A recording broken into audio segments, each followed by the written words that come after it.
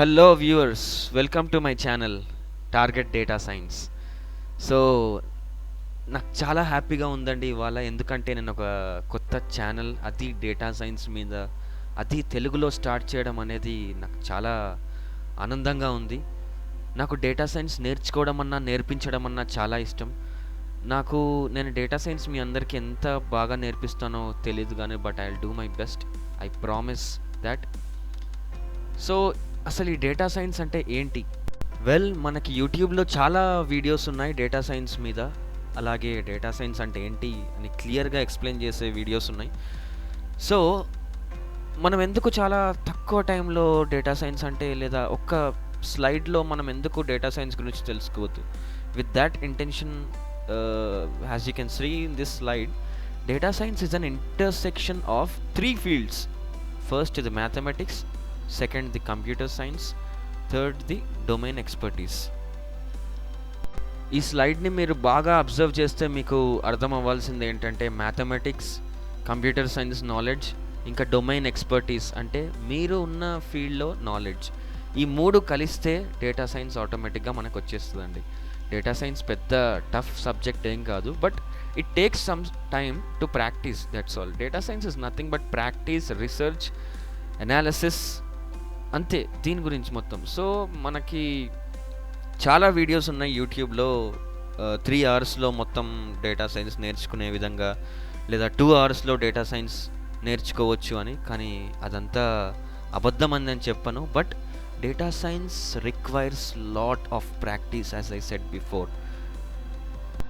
Okay, ఆ విషయాలన్నీ పక్కన పెడితే, అసలు మనం డేటా సైన్స్ ఎందుకు నేర్చుకోవాలి అనే క్వశ్చన్ మీకు రావచ్చు. ఎందుకు అంటే, data science is our future. దానికి ఫ్యూచర్ చాలా బాగుంది. మీరు ఈ స్లైడ్లో చూసినట్లయితే, C we have the problem of demand and supply, and it has a very good lucrative career, and data science is changing the world, and data science is our future.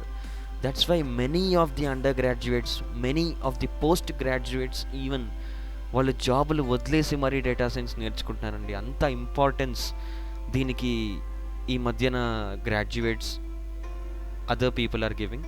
And data science మనం ఎక్కడ వాడతాం, data science ఏ companies వాడతారంటే, మళ్ళీ స్లైడ్స్లో చూసినట్లయితే Facebook, Amazon, Uber, Spotify, ఇలాంటి చాలా పెద్ద పెద్ద కంపెనీస్ ఇవాళ రేపు డేటా సైన్స్ యూజ్ చేస్తున్నాయి. ఇవే కాకుండా ఇంకా బ్యాంక్స్లో ఫ్రాడ్ డిటెక్షన్ అని, అవని ఇవని చాలా రకాలుగా డేటా సైన్స్ని వాడుతున్నారు. డేటా సైన్స్ కోర్స్ నేర్చుకుంటే మనకి ఎటువంటి ప్రాబ్లం ఉండదు, ఇది మాత్రం నేను ఫైనల్గా చెప్తున్నాను. అలాగే మనం గూగుల్ ట్రెండ్స్ చూసినట్లయితే, every year the graph is going up. Every year data scientist job openings పెరుగుతూనే వస్తున్నాయి ప్రపంచం మొత్తంలో. All over the world data సైంటిస్టులకు ఎటువంటి ప్రాబ్లం లేదు. దీనివల్ల డేటా సైన్స్కి డిమాండ్ పెరిగింది, మెయిన్గా ఈ 2020లో.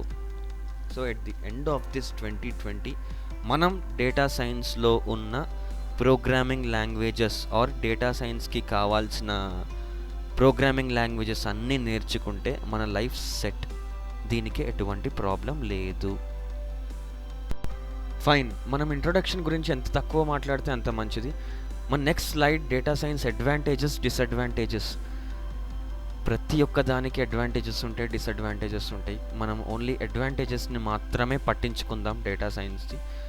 సో దీనికి ఈ స్లైడ్స్లో మీరు చూసినట్లయితే డిసడ్వాంటేజెస్ ఏమేమి ఉన్నాయంటే, మనం సెకండ్ వన్ చూద్దాం. Mastering data science is near to impossible అంట.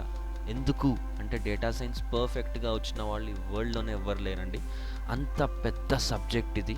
అందుకే దీన్ని మనం 3 అవర్స్లో 2 అవర్స్లో నేర్చుకోలేము. Minimum 6 months. ఒక్క ప్రోగ్రామింగ్ లాంగ్వేజ్ మీరు నేర్చుకోవాలనుకుంటే మినిమం 6 months పడుతుంది.